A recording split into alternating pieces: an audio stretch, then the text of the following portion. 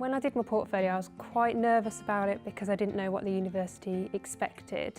I'd say the most challenging thing was deciding how much to put in and what to put in, because I was told don't put too much in because you'll be there for hours just flipping through it, and it looks like you haven't been able to select your own work properly, and don't put too little in because then they won't be able to see enough. So it was getting that right balance, but I think it's different for everyone. So I wouldn't look at all your friends' portfolios and decide, oh, they've put 20 pieces in, so I need that. It's important that students really showcase who they are. It's a visual documentation of a representation of their work to that point. You can see the relationship between what they've done, what they understand, how they articulate verbally what they've been doing, so you can see the natural connections with the work. What I think makes a great portfolio is having a large range of work in there that shows you as a person, not necessarily what your college tutors have told you to do.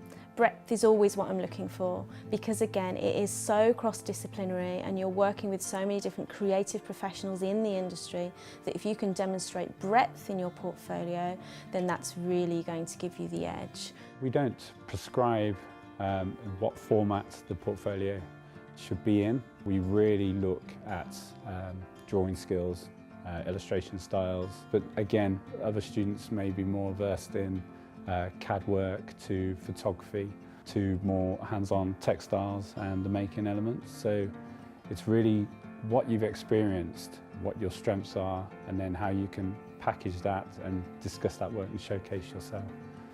It's nice if we can see an example of a sketchbook.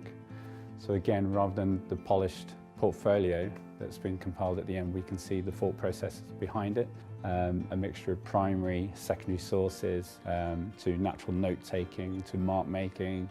You can see that they're engaging with that process and they're pulling from different strands of research as they go. A good collection of life drawing within a portfolio would always sway me.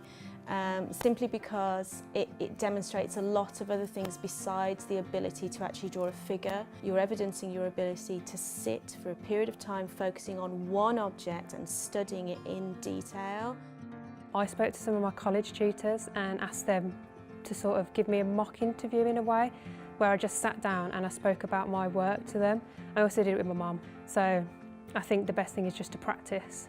Some advice would be, if you're getting stressed out doing the portfolio, I'd say is put it all away, go out, do something totally different, come back and ask a friend, your mum, someone on your course, anybody, to sit down with you and just look at what they think your best pieces are and then argue why you think they should go in or why they shouldn't go in.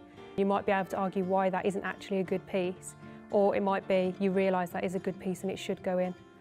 I think you have to think about, how am I going to stand out from all these other people who are being interviewed? How am I going to be remembered?